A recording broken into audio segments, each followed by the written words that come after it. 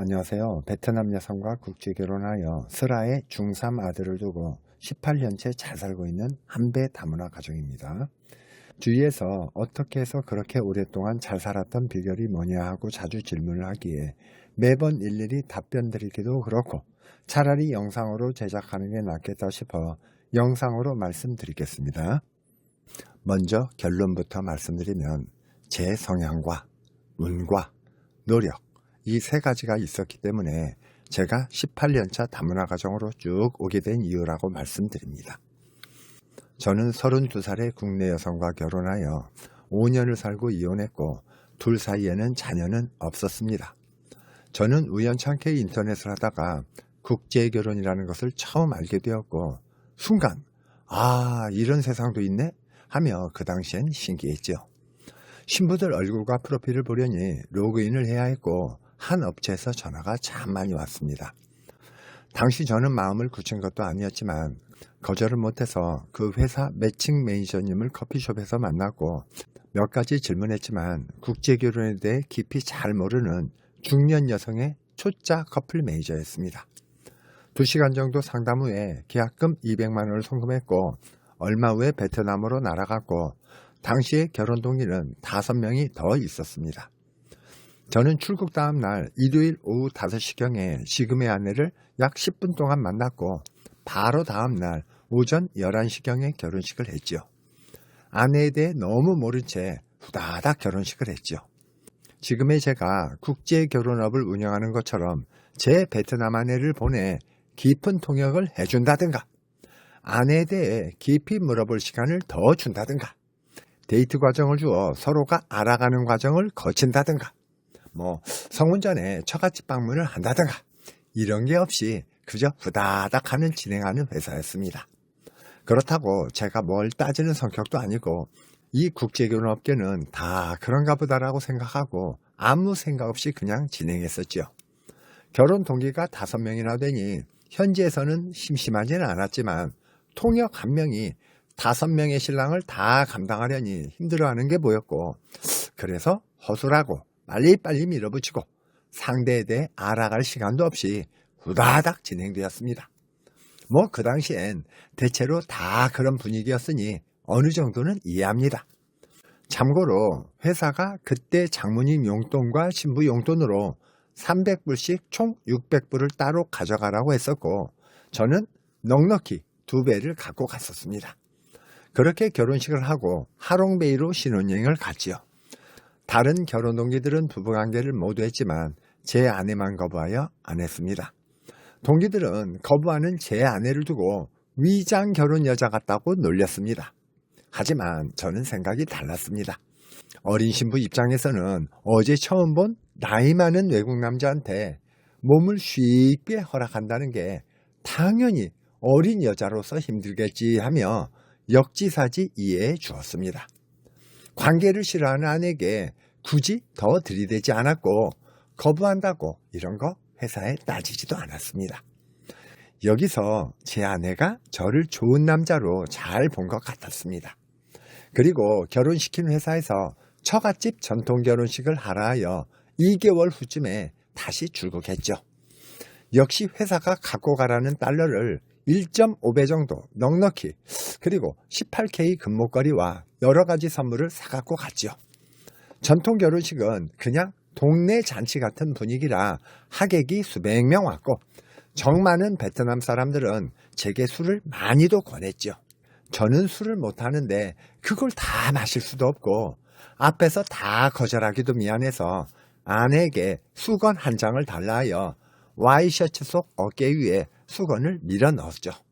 그러면서 어른들이 술을 따라주면 고개를 돌려서 술잔에는 입만 대고 나머지 술은 어깨 속 수건에 살짝 술을 붓거나 바닥에 약간씩 떨어뜨려서 그 결혼식 분위기를 해치지 않게 현명하게 대처했습니다. 술을 싫어하는 아내는 이런 저의 행동을 보고 안 마시면서 분위기를 잘 이끈다고 슬기로운 처신이라며 엄지척을 해주었습니다. 처갓집은 당시에 찌그러져가는 움막집처럼 몹시 못 사는 집안이었고 저녁이 되니 그 움막집을 비워주셨고 저와 아내는 첫날 밤을 거기서 보냈습니다. 돌아가신 장인어른이 대나무로 엮어 만들었던 40년 된 그 침대는 삐그덕삐그덕거렸고 우리 부부는 거기서 그렇게 첫날 밤을 보냈죠. 인근 호텔이나 모텔로 가서 아내와 멋진 첫날 밤을 보낼 수도 있었으나 처갓집 가족들이 너는 잘 사는 나라에서 왔다고 우리 무시하냐? 행여나 그렇게 생각할까봐 이것도 그냥 추억이려니 하고 받아들였지요. 아내가 이런 환경에서 자기 한 것을 몹시 미안해했지만 제가 기꺼이 받아들여주는 것에 매우 감사해했습니다. 그리고 그 당시엔 어학과정이 없었기 때문에 총 석 달 반 만에 아내가 입국했죠. 이제부터는 본격적인 다문화 가정, 실제 생활이 시작되었습니다. 결혼은 이론으로 아무리 숙지했어도 실제 결혼 생활은 이론과 다른 게 많습니다. 며칠 동안은 제가 살던 서울 강동구 동네 여기저기 데리고 다니며 알려주고 한국 음식 같이 먹으러 다니고 다문화 센터에 등록하고 건강보험에 가입하고 등등 알아보고 다녔죠. 그러다가 몇 주가 더 흐른 뒤 이젠 단점이 슬슬 보이기 시작합니다. 그래서 부부는 서로 후회하는 눈빛도 느껴집니다. 이 국제결혼은 초기에는 개울 속 올챙이와 같고 한 10년 살아보면 넓은 강과 바다를 다 아는 것과 같죠. 생각해 보십시오. 수십 년간 각자의 나라에서 쭉 살아온 생활습관, 다른 언어, 문화, 음식, 생활, 규칙 이런 게 다른 사람과 어느 날 같이 산다? 처음에는 쉽지가 않습니다. 지금은 서로 적응에 아무 문제가 없지만 그 당시엔 서로 힘든 게 많았죠. 저도 힘든 게 있었지만 아내의 표정과 눈빛도 어둡고 불만, 우울증 같은 게 보였습니다. 그때 당시 제 아내는 침대에 누워 핸드폰만 쥐고 사는 사람이었고 얼굴은 미소보다 찌그러져 있었고 대화도 힘들었던 시기였죠. 당시에는 번역 앱이 없으니 사전을 찾아 단어를 가리키고 바디 랭귀지를 하여 의사를 전달하는 정도였으니 더 힘들었었죠. 저도 그 당시엔 지금처럼 생각이 더 넓게 확장되지가 못했고 제 주위에는 국제결혼한 경험자가 좋은 경험이나 멘토를 해줄 사람이 없어서 더 힘들었죠. 저는 아내와 같이 있는 게 불편하고 싫어서 PC방에서 바둑 두고 일부러 집에 늦게 들어오는 날이 많았습니다. 어느 날 아내도 이런 한국 생활과 저와의 한국 적응이 힘들어서 여행 캐리어를 갖고 집 근처 공원에 2-3시간 가출한 적이 있었습니다. 외출이겠죠, 사실은. 공원에서 울고 있더군요. 가엾어서 데리고 들어왔지만 서로가 힘든 나날들이 계속되었습니다. 저희 부부를 결혼시켜준 회사는 사후관리 철저하고 광고하고 있었지만 막상 입국해보니 그거는 광고일 뿐 그런 시스템이 전혀 없었고 말뿐이었죠. 그렇다고 제 성격이 회사에 이러쿵저러쿵 하는 성격이 아니어서 인터넷 카페를 뒤져 5년 전쯤에 국제결혼한 익명에 모르는 사람에게 연락해서 통역비를 드리고 식사를 대접할 테니 3시간만 통역을 도와달라고 요청했죠. 저는 그 당시 1년을 열심히 노력해보고 이 여자가 아니다 싶으면 이혼할 생각도 솔직히 하고 있었습니다. 추후에 알았지만 아내도 1년을 노력해보고 이 남자와 아니다 싶으면 베트남으로 귀국해서 절로 들어가 비구니가 되어 살려고 했다더군요. 아무튼 인터넷 카페에서 연락한 그 다문화 가정을 찾아가 그 베트남 부인의 통역하에 제가 하고 싶은 말과 제 입장을 다 말했습니다. 내심으론 아내가 앞으로 열심히 잘하겠다라는 말을 기대했었는데 제 아내가 참나 나는 안 힘든 줄 알아? 내가 더 힘들어 하더군요. 순간 네가 뭐가 힘들어? 내가 다 해주는데 라고 했죠. 아내 말은 나는 나이 든 사람과 생전 처음 살아보는 것이고 아직 당신과 정도 별로 없는 상태이고 한국도 처음 왔고 당신은 베트남어를 안 써도 되지만 나는 한국말도 열심히 배워야 하는 입장이고 엄마와 가족도 보고 싶고 친구들도 보고 싶고 음식도 안 맞고 적응도 안 되고 다 힘들어.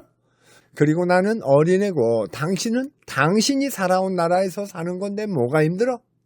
나는 더 힘들어 죽겠어 라고 하더군요. 다 맞는 말이었습니다. 그동안 저는 제 입장만 생각했지 아내의 더 힘든 점을 헤아려 주지 못했었습니다. 제 입장에서는 왜 그렇게 게으르지? 빠릿빠릿 왜 못하지? 왜 맨날 핸드폰만 쥐고 살지? 왜 한국 음식을 적극적으로 안 배우지? 한국말이 왜 그렇게 안 늘지? 왜 인상만 쓰고 살지? 이런 불만을 갖고 살던 때였습니다.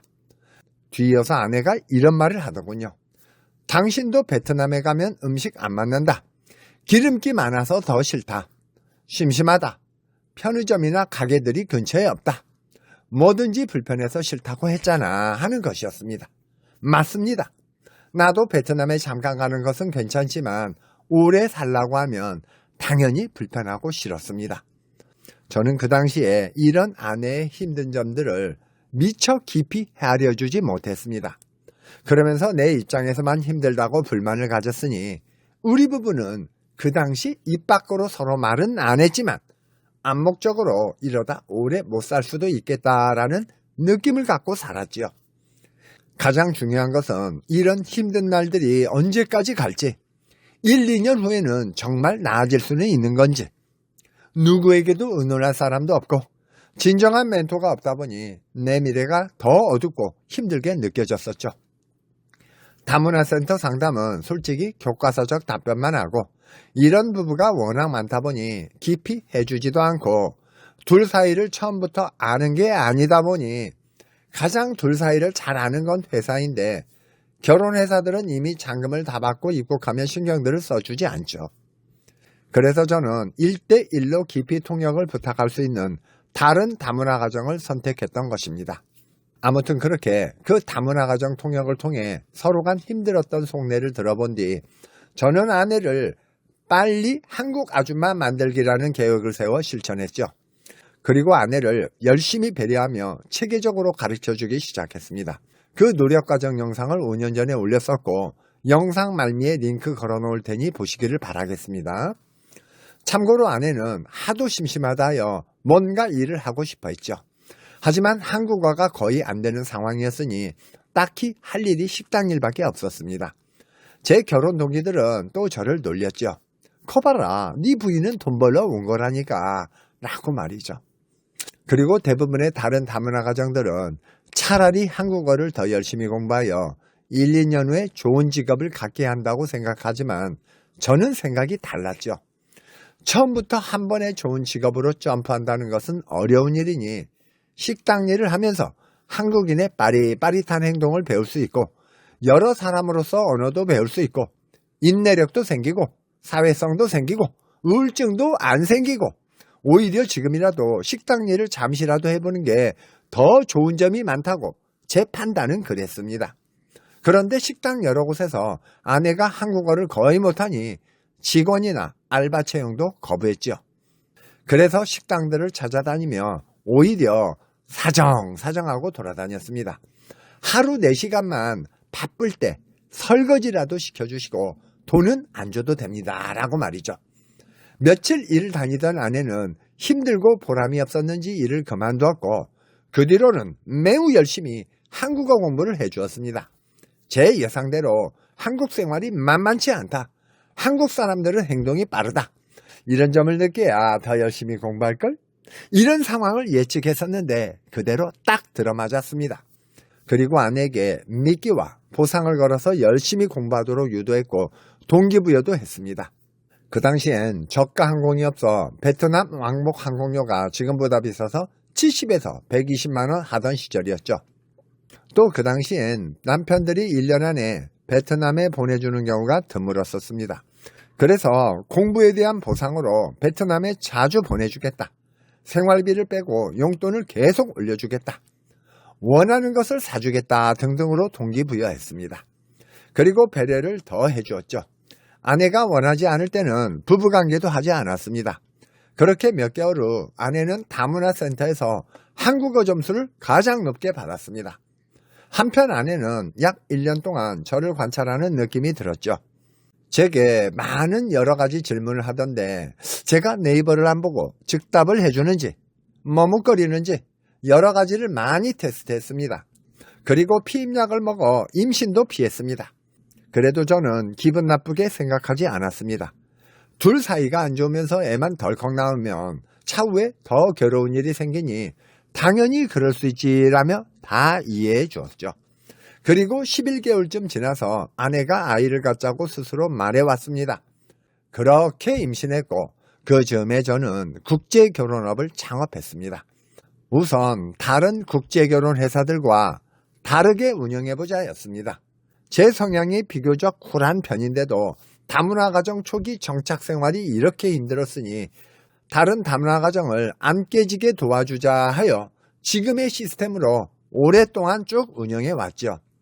다른 회사와 다르게 나쁜 여자를 골라내기 위해 항상 아내를 보내 현지에서 통역과 진행을 시켰고, 신부들 입국 전에는 우리 부부가 힘들었던 과정들을 미리 한국생활 안착 프로그램과 동기부여 교육으로 적용시켜 많이 알려주었고, 신부가 입국할 땐 반드시 공항에 나가서 환영 마중과 행복 도우미 자료를 전달했고, 또 부부가 오해가 생기지 않게 번역 앱으로 안 되는 통역을 심야 시간까지 도와주었습니다. 그리고 입국 3개월 후쯤에는 전국에 맺어드린 가정에 찾아가 행복 안착, 해피콜, 한국 적응을 도와주었습니다. 이런 것들이 홈페이지에 수백 장 다 올려져 있습니다. 그렇게 한 이유는 제가 다문화 가정으로 실제 살아보면서 느꼈던 경험을 공유하고 각 가정들의 애환과 힘든 점을 도와주자는 취지였죠. 제가 국제결혼업을 오랫동안 운영해보면서 타사에서 결혼 후 힘들어하는 고충 상담도 많이 받아주었는데, 입국 후 몇 개월 동안 초기 부적응으로 깨지는 경우가 상당히 많다는 것을 알게 되었습니다. 그 사람들을 도와주면 두 사람의 운명과 양가 집안 수십 명의 아픔을 막을 수 있고, 거기서 태어난 아이의 운명까지 송두리째 바뀌게 할 수 있다는 것을 많이 느꼈습니다. 그리고 제 자식 교육을 어떻게 해왔는지 말씀드리겠습니다. 제가 자식 교육에도 조금이라도 신경 쓴 이유는 제가 아내와 18년을 무탈하게 잘 살아온 연결성을 설명하는 것이오니 잘 들어보시기 바라겠습니다. 나이 많은 제가 먼저 떠나갈 것이 분명한데, 자식을 올바로 강하게 키워야 스스로 앞가림을 할 수 있는 것이고, 그렇게 잘 커야 지 엄마를 힘들게 안 할 것이기 때문이었습니다. 또 차후에 성인이 되어 결혼하더라도 지 부인과 자식한테도 존경받을 게 아니겠습니까? 그래서 자식을 옹냥옹냥 키우지 않고 독립심과 사회성, 멀티성 이런 것들을 두루두루 느끼게 유도하며 가르쳤죠. 제 아들이 중3인데 초등학교 2학년 때부터 설거지, 밥하는 거, 집안 청소하는 등 가사 일들을 가르쳐주기 시작했습니다. 그건 일찍부터 습관화 시켜야지 나중에 하다가는 늦게 가르치기 시작하면 반발도 나오고 더 못하기 때문이었죠. 그리고 초등학교 2학년 때부터 한자를 가르쳤습니다.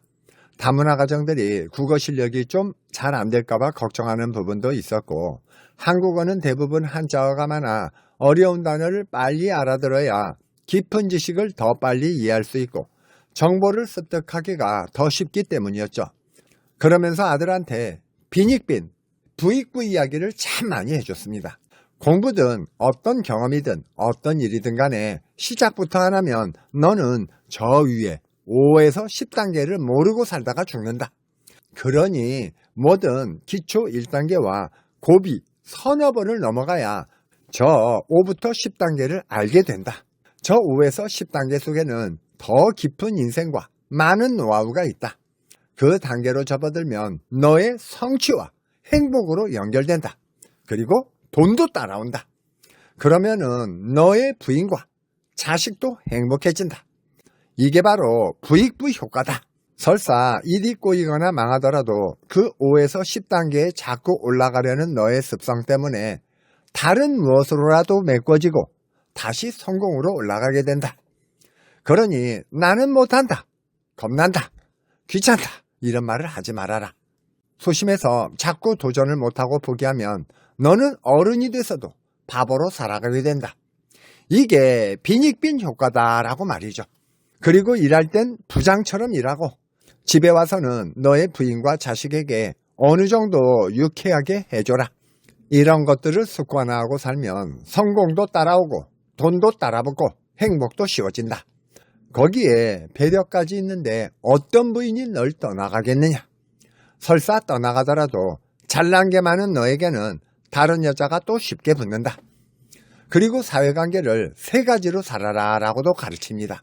첫 번째는 운동이나 취미 관계를 즐길 수 있는 관계. 두 번째는 그냥 일반적인 사회관계. 세 번째는 성공과 부가 연결되는 관계. 세 번째는 경제 지식을 많이 습득하고 평생 같이 부자로 갈 수 있는 관계를 말하는데 이 세 번째가 좀 더 중요하다. 또 네가 공부로 성공하지 못하면 차라리 사회성이나 도전성, 융통성 이런 거라도 발전시켜라. 이렇게 아주 자주 밥상머리 교육을 시켜주고 있습니다. 또 아들을 분노 조절 장애로 안 키우기 위해 인스턴트를 거의 안 먹이고 키웠고 어렸을 적에는 바둑과 태권도도 가르쳤습니다. 바둑은 차분함과 집중력을 키워주기 위해서이고 태권도는 자신감을 키워주기 위해서였습니다. 그리고 제 키가 173, 아내는 159인데 아들 키를 180 이상으로 만들기 위해 멸치와 새우를 주기적으로 사서 볶아서 2대 8로 가로로 혼합해 항상 반찬과 국에 넣어서 칼슘과 단백질을 보충시키고 있습니다. 아침에는 너트 종류의 멸치와 새우가루를 우유에 갈아 항상 챙겨주고 있습니다. 제 아내가 자주 통역차 출국하다 보니 이런 일은 제가 다 하고 있죠. 아내가 자주 비우다 보니 요리하는 것을 매우 싫어했던 제가 이제는 요리 솜씨가 많이 늘었습니다. 만일 제가 뭐든지 귀찮다 했다면 저는 지금처럼 마음이 넓지 못했고 요리도 못했고 자식 교육도 엉망이 되었을 겁니다. 하지만 제가 언젠가 먼저 가더라도 제 아내가 우리 남편 그립구나 라고 생각하게 해야지 그 인간 잘 갔다 라는 생각을 하면 안 되잖아요. 여기까지 제 행동과 모습들을 많이 본 제 베트남 아내가 18년을 살아온 비결들입니다. 그리고 저는 아내 위에 군림해 본 적도 없고 항상 동격으로 존중해주고 미래를 생각하며 살았습니다. 그리고 제 성향이 이 세상을 불만으로 보는 것보다 어떻게든 슬기롭게 헤쳐나가는 성향이고 유의 같은 거 좋아하지도 않고 항상 긍정적이고 도전하는 성향입니다. 이런 것들을 아내가 늘 보면서 이런 남자 어떻게 버려? 누구 좋으라고? 했었습니다. 제가 어떻게 18년 동안 다문화 가정으로 잘 살아왔는지 이쯤 되면은 제가 어떤 성향인지 어떻게 노력해서 여기까지 왔는지 어느 정도 짐작이 가실 겁니다. 그래서 서두에 제가 18년을 잘 살아온 것은 제 성향과 운과 노력이라고 표현한 것이죠. 그리고 한 가지 더 말씀드리면 제 성향은 여자가 아무리 이뻐도 제가 감당이 안 될 것 같다 싶으면 빨리 포기해버리는 성격이죠. 과거 연애 때도 늘 그랬습니다. 아무리 이뻐도 마인드나 행실을 보아 나중에 감당이 안 될 것 같다 싶으면 바로 포기했죠. 가령 제가 감당할 수 있는 수치가 80이라고 치겠습니다. 그런데 저 여자의 욕심과 성향이 70 이상이다 싶으면 저는 포기합니다. 안정권으로 최대 60 정도 될 정도까지만 제가 사귀는 성격이죠. 그 여유분을 둬야 살더라도 더 세이브해 줄 수 있는 범위가 있기 때문에 이 방식이 더 안전한 결혼 생활이 되죠. 그런데 이 결혼업을 하다 보면 안 그런 남성들이 자기 상황, 자기 분수보다 더 높은 여자를 고르려는 남자들이 많았습니다. 감당 수치가 50밖에 안 되는데 신부를 선택할 때 80, 90을 선택하려는 남성들이 많았습니다. 그러니 입국 후에 사고들이 나는 것이죠. 나이 50이 넘어 20대 초반 여자를 선택하는 남성분들 죄송하지만 입국 후에 얼마 후에 8, 90%는 깨집니다. 그래서 제 영상들을 보면 실질적인 현실 이야기를 많이 해주는 이유입니다. 자, 여러분 한 번 인생 행복하게 사는 방법을 알려드리고 마치겠습니다. 인생 전체를 위한 팁이니 꼭 바꾸시면 여러분 인생 정말 달라집니다. 1번, 뭐든지 해보십시오. 안 하고 미련 갖고 후회해봤자 인생 종착역은 결국 납골당입니다. 아무것도 안 하고 죽는 게 뭐가 낫습니까? 뭐든지 자꾸 해봐야 발전하지 안 할수록 더 위축되고 바보가 되어가죠. 2번, 뭐든지 습관을 가져보세요. 습관을 가지면 정말 안 힘듭니다. 그런데 많은 사람들은 그 습관을 처음부터 안 하려고 하는 게 많습니다. 한마디로 귀찮은 거죠. 그러면 인생 다 모든 거 피하고 살다가 갑니다. 뭐든지 해보는 게 여러 가지로 간접 도움도 많고 점점 자신감도 생기고 좋지요. 3번, 긍정 마인드를 가지세요. 어차피 인생은 실패와 성공이 같이 공존합니다. 연애도 실패해봐야 여자에 대한 환상이 없어지고 진짜 좋은 여자는 외모가 아니라 성격, 성향이라는 것도 알게 됩니다. 빗길에도 넘어져 봐야 더 조심하게 되고 건강도 잃어봐야 건강함이 감사하다는 것을 알게 되고 사업도 망하면서 다시 성장하는 거지 한 번에 모든 것이 실패 없이 쭉쭉 성장하는 거 하나도 없습니다. 인생이 그렇습니다. 한 번에 10번 다 성공한 사람 마지막에서 실패하면 그 사람은 그 상처를 못 견뎌 더 힘들어합니다. 인생이 그렇지 않습니까? 4번 부자나 성공한 사람과 친해지려면 가난한 내가 더 애교와 매너를 갖고 자꾸 다가가서 밥도 더 사셔야 합니다. 부자들은 가난하고 배울 게 없는 사람하고 만나는 걸 싫어합니다. 배울 것도 없고 시간 낭비고 입만 아프고 에너지도 다운된다고 하여 싫어하죠. 그러니 가난하다고 힘들다고 세상 욕하지 마시고 애교와 매너를 갖고 밥을 더 사셔서 그 잘난 사람들한테 하나라도 더 배워야 합니다. 5번 유의를 즐기는 것보다 경제 뉴스나 지식 정보를 많이 보세요. 부자들과 대화하려면 정보를 많이 알아야 대화가 됩니다. 이제부터 습관을 바꾸시면 여러분 인생이 달라집니다. 6번 불평불만 많은 사람을 만나지 마세요. 이 세상은 내가 만들어 사는 것이지 누가 내 입에 떡을 넣어주지 않습니다. 또 다 큰 성인이지 않습니까? 이제 알아서 사는 것이지 불평불만 내려놓는 사람, 그 주위에는 좋은 사람 하나도 없습니다. 또 그렇게 늘어놔봐야 내게 달라지는 거 하나도 없죠. 7번 상향하려는 마인드와 노력을 가지 않고 그저 남의 바지끄댕이 내려서 하향 평준화하려는 생각을 가진 사람과 만나지 마세요. 그건 그 순간에 나 혼자만의 착각 만족일 뿐입니다.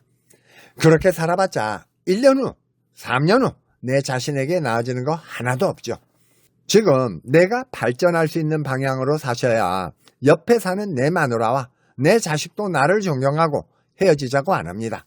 8번 결론은 내가 그런 괜찮은 사람이 되기 위해서는 내가 먼저 긍정적, 노력, 마인드 체인지, 밥도 더 사고 그래야 그런 좋은 사람도 나를 만나준다는 것. 그래야 내 옆에 있는 배우자도 나를 떠나가지 않습니다. 설령 떠나가더라도 이런 괜찮은 남자는 어디서든 또다시 연인이 쉽게 붙습니다. 제가 이 결혼업을 하다 보면 위에 나열한 것들과 반대로 살면서 못해주면서 생각도 안 좋으면서 외국 안에 어떻게든 떠나갈까봐 잔소리를 늘어놓고 동선을 체크하고 감시하고 핸드폰 조사하는 사람도 많더군요. 그러면서 돈도 잘 안 주거나 너무 적게 주고 말이죠. 그러면 그 젊은 부인이 왜 살까요? 그렇게 가둬놓고 억지로 살아서 그게 행복할까요? 나이 더 들어 50살, 60살에 그렇게 나를 싫다는 사람과 족쇄로 묶어 너도 불행하게 살아라 하며 보복한들 내 인생이 뭐가 나아질까요? 그렇게 살면 나이 70살에 고집 눈두덩이가 툭 튀어나온 모습으로 불만 가득한 노인네로 변해갑니다.